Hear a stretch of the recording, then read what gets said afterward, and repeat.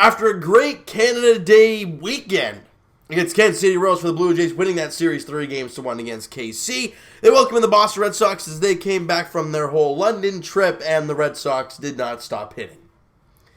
They scored 10 runs against the Blue Jays and just torched Trent Thornton. His last time out, Trent Thornton, against the Red Sox, he was lights out at Fenway Park.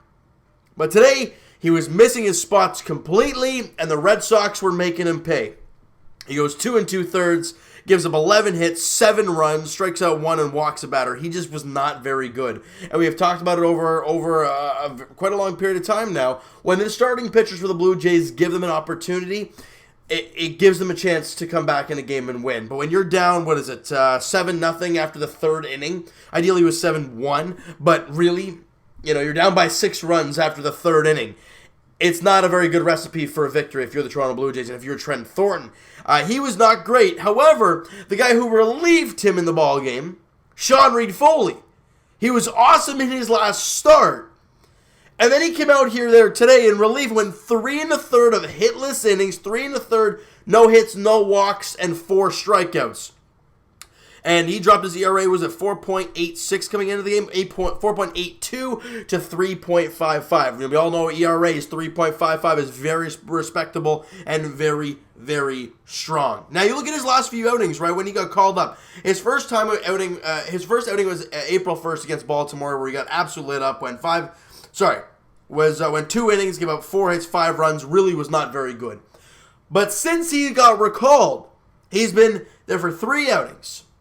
In New York, at home for Kansas City, and then obviously today against the Red Sox. In those games, he has pitched a combined, I think it's 10 2/3 innings. They've given up 2 runs on 7 hits, and the key for Reid-Foley, he has only walked 4 guys. 4 walks, again, 3 of those walks were against the Yankees. So you look at his last 2 outings, where he's been a combined 8 2/3, he's walked 1 guy. You see what happens when Reid-Foley throws strikes? Good things happen. And for him, you really got to watch it because, when he's throwing strikes, he does wonders, and you saw it there today. Yes, the Jays were down 7-1 when he came into the ball game, but so what?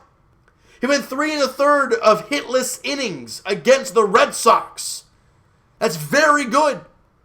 Derek Law came in and faced gave up a hit and a run in his 1 inning of work. Biagini gave up 3 hits and a walk and 2 runs in his 1 inning of work. And Ken Giles threw a clean inning, no hits, no walks, a couple strikeouts.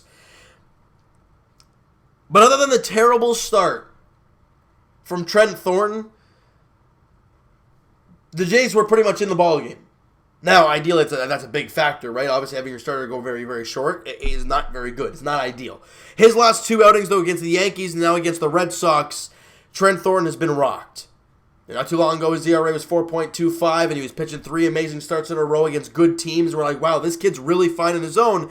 And then he hit a brick wall in his last couple starts. ERA's jumped down to 5.18 for Trent Thornton. Now, this is what young pitchers do, though. They hit peaks, they hit valleys. That's what young guys do. They just got to figure out that even medium and how they get through these good starts and how they get through the bad starts. Because he was throwing a lot of meatballs up there to Red Sox hitters in the game today. But like I said, they were down 5-0 after the second inning, and then Danny Jansen in the second hits a ground rule double to left field. Now it would have scored 2 runs if it didn't bounce into the crowd. But it did, and it was a 1-run RBI double. Kevin Biggio, I think he either let off the inning or was with 1 out, but he did. You gotta love this kid, man. You look at that at bat, and of a really tough left-hander in David Price, he hits a ball the other way down the left field line, and it stays fair, and it's a double for Biggio. I mean, that was an incredible approach at the plate. And he had a pretty damn good ball game once again, has Kevin Biggio. And a couple batters later, Danny Jansen, like I said, ripped a 2-run an RBI double, bringing home Kevin Biggio. And what a day Danny Jansen had at the dish. We'll get to him in a second. You think we get 1 run back, all right, well, maybe trying to chip away. No. Rafael Devers singles to right field with the bases loaded. 2 runs come in, and just like that, it's a 7-1 ball game. And the wheels fall off there. Trent Thornton's day is over, and that's it. Bottom of the 6th inning, Freddie Galvis hits an infield single to shortstop. Lourdes Gurriel Jr. comes in to score, making it a 7-2 game. But in the next half, Christian Vasquez hits a solo shot to left field, 435 feet. He absolutely crushed it. And they get that one run right back. I mean, every time we scored, they answered. That's what the story was in the game today, as well as them getting off to a huge lead early. Then you go to the bottom of the 7th, and Danny Jansen with a 3-1 count drills a ball to left field with a cutter up in the zone, and he hits a home run. His 5th home run of the year. He's got a couple hits in the ball game. Attaboy Danny. And even though it's a solo shot, you're happy for him. Top of the 8th inning, again, you score 1 in the 7th. They score 1 in the 8th. Rafael Devers hits his 2nd home run of the ball game, 2-run shot, and then it's a 10-2 game, or a 9-2 game, or whatever the heck it is at that point, 10-2 ball game. Then you go to the bottom of the 9th inning, and the Jays try and make it a little bit interesting here. I mean, they kind of do. They bring in Kelly, and he gets Drury to fly out. But then Danny Jansen singles to left field. He's got a 3-hit ball game, does Danny Jansen. Then Eric Sogard walks, and then Vladimir Guerrero Jr. doubles to center field. Jansen comes in to score. Sogard in to score. It's a 10-4 ball game, and hey, things are going all right here. You got a couple runs now. Vladdy's got to hit a couple ribs on the day. That's okay. And then on a wild pitch, Guerrero moves up to third base. I was probably off on the whole run thing. Maybe it was a 10-5 game. But yeah, it was 10-5 because the Jansen solo shot made it 10-3. And then the 2-run double there by Vladdy made it 10-5. Then on the wild pitch, Vladdy moved up to third base. Then Lourdes Gurriel Jr. has a sacrifice fly to center field. Vladdy comes in, making it 10-6. And that's all she wrote as the Jays lose 10-6 to the Boston Red Sox. So we already talked about the pitching numbers and what they looked like. What were the offense looking like? Well, Sogard was 0 for 3, but he walked twice in the game, and he came around to score. Vladimir Guerrero Jr. 1 for 4, had a couple RBIs, obviously on that 2-run double there in the bottom of the 9th inning. Gurriel Jr. was 0 for 2 with an RBI and a run scored because he walked twice. Again, getting on base no matter what it takes, and a great job by Gurriel to take his walks there. Look, the top 3 guys in the lineup had a combined 5 walks. I'll take that any day. And then you go down the list here. Grichuk was 1 for 4 in the ball game. Kevin Biggio, 2 for 4 with a run scored, raising his batting average 9 points to 257, and his on base is still up to 374. Kevin Biggio has put an amazing stretch together, guys. He has played 33 games now. He's hitting 257 with a 374 on base. It's remarkable for Kevin Biggio. I've been so impressed with him. And I love what we're seeing from Biggio. He didn't walk in the game today, so he didn't do his job. No, I'm kidding. Biggio did an amazing job again today. Galvis went 1 for 4 with the RBI, obviously in the infield single. And Danny Jansen, like we talked about, went 3 for 4 in the game with a couple RBIs, had the home run, scored a couple runs, and raised his batting average up, hold on, what was it? What did he raise it? 12 points to 196, getting real close to that Mendoza line at the 200 marker for Danny Jansen, and it has been a while since he's hit that marker. You guys, you go back to, where is it here? Is it the finale of the Red Sox? Yeah, so in Boston, the finale of that series in Boston, Danny Jansen has had a hit in every single game except for the Canada Day game against Kansas City. And since that time, his batting average jumped from 168 to 196 after today's ball game. Danny Jansen, again, we know what he can do behind the dish, and I love seeing him catch. But if he can get some offense going for this team, oh, baby. Get him going offensively. You're seeing Vladdy hitting over 250 now. You're seeing Biggio up over 250. Gurriel's over 300. The young guys, they're starting to find themselves here, guys. I know they're losing games, and Trent Thornton had a rough one, but it's okay. You got to get through it, guys. All right. So let's go to the minor leagues here. And the Buffalo Bisons did not play today because their game got postponed. I'm assuming it's due to rain. And the New Hampshire Fisher Cats are playing a doubleheader right now. Game 1 of the doubleheader, they lost 5-1. My boy Yenzi Diaz had a rough outing, and I mean a really rough outing. Went 1 inning, gave up 6 hits and 4 runs, and really rough outing for my man. But offensively, Logan Warmoth. Guys, this is the crazy thing about baseball. Last year, Logan Warmoth was a guy who was injured all year for the Dunedin Blue Jays, had a tough time staying healthy, and when he was in, 220, 230, and he's already 21, 22, and we're like, man, this guy, I don't know, he's really kind of bit the bullet here as Logan Warmoth. Then this season, he starts the year hurt, But then he comes back, hits about, 290 something there in Dunedin, gets the call to Double A New Hampshire, and with the 2 for 3 game today with an RBI, he's hitting 268 at Double A.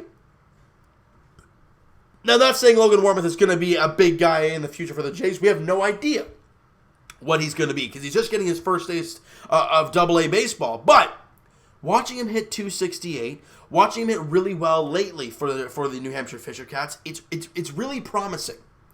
And will he be anything for this team? Only time is going to tell. But I love what we're seeing from Logan Warmoth down there in Double A New Hampshire. We'll go down to the Dunedin Blue Jays, and they won 11-3 today. All right, over the Florida Fire Frogs. What a name. What an absolute name. Cal Stevenson went 1 for 3 in the ballgame with a couple walks and a run scored. He's hitting 276, guys. A steady growth for Cal Stevenson. Loving that. He's probably going to be in Double A next year for this team. Again, an outfielder. So, guys, keep an eye on him. Just keep an eye. Alejandro Kirk, my boy, went 1 for 3 with a couple walks in the game, still hitting 319 on the year down there. And Ryan Noda went 2 for 4. Samad Taylor went 2 for 4. He's hitting 209 on the year, still struggling somewhat. But really, other than that, not a whole lot going on down there in Dunedin. But the Lansing Lugnuts, guys, and actually Dunedin, sorry, before I forget to mention, yesterday, on Canada Day, Ryan Borucki made his second outing, all right, in his rehab stint before coming up to the Blue Jays at some point this year. I'm assuming it's going to be post-All-Star break when it comes to Ryan Borucki, but he went 4 shutout innings again at Dunedin yesterday. So it's great to see. He went 3 innings in, was it Bluefield or something? I think it was Bluefield, wasn't it? With Eric Pardino down there? Anyways, he did 3 solid innings there, and he went up to Dunedin, skipped Lansing because he doesn't need to be there. Went to Dunedin, went 4 strong innings. So I think the next step for him is Double A. Then the next, trying to go 5 innings in that start, and if he can go 5 there, great. 6 innings in Triple A is the next one, and then bang, I think he's back in the big leagues. That's just my opinion. How it'll play out, we're not so sure, but it's great positive signs for Ryan Borucki to see him not only pitching well, but being healthy, and that's big for the young left-hander, all right? Now, speaking of those Lansing Lugnuts that I mentioned about him skipping, they were in action today and won 4-3. They were actually down 3-0 and came back and won 1 run in the 7th, 8th, and 2 in the 9th to win the game 4-3. And Gabriel Moreno, my man, the catcher, went 0 for 4 in the ball game, hitting 296 on the year. Still very, very good. And Griffin Conine, after struggling for a little bit lately, he had a great game today. Went 3 for 4 with an RBI and a run scored, hitting 330 down there in Lansing. Look, I know you don't want to rush prospects and whatnot, but if there is a spot for this guy, all right, in Dunedin, ASAP, I want to see him there. Clearly, he's in 330 down there in Lansing. He's ripping it up. It's time for him to get going. Kind of the same thing with the whole Nate Pearson thing, right? He was tearing apart Dunedin, making it look stupid. So we get the call to Double A New Hampshire. He's hitting 330 with an OPS of 1.081. That is a stupid number. That's just my opinion. And if he doesn't, well, he's just going to continue to stay down there and absolutely tear it up. That's fine by me. All right, Griffin Conine, good to see you there. And Jays fans, the number 4, I think he's number 4. If I'm not mistaken, I could be wrong. I think he's number 4. Groshans is 3. Pearson is 2. And Bichette is 1, I think it is, for the Jays' top 30 prospects.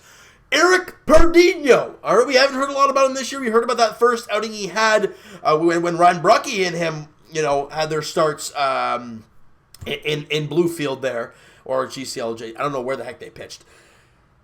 And Eric Pardino got his first taste of really minor league baseball because he pitched for the Lansing Lugnuts there tonight. It went 4 innings, gave up 4 hits, couple runs, walked 2 and struck out 4, gave up a home run. But the 18-year-old kid, and Eric Pardino, is slowly making that climb. Now, how's he going to do it, Lansing? We're going to have to see. How was his first start? Well, he gave up a home run, walked a couple guys, gave up 4 hits, gave up a couple runs over 4 innings, but he struck out 4.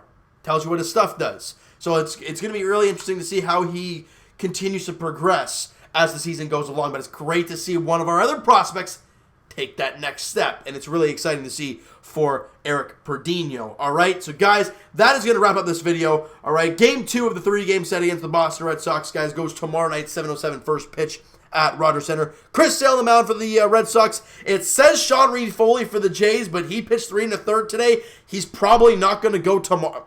He's not going to go tomorrow. So what their plan is, I don't know. Are they going to call a guy up like Thomas Pannone?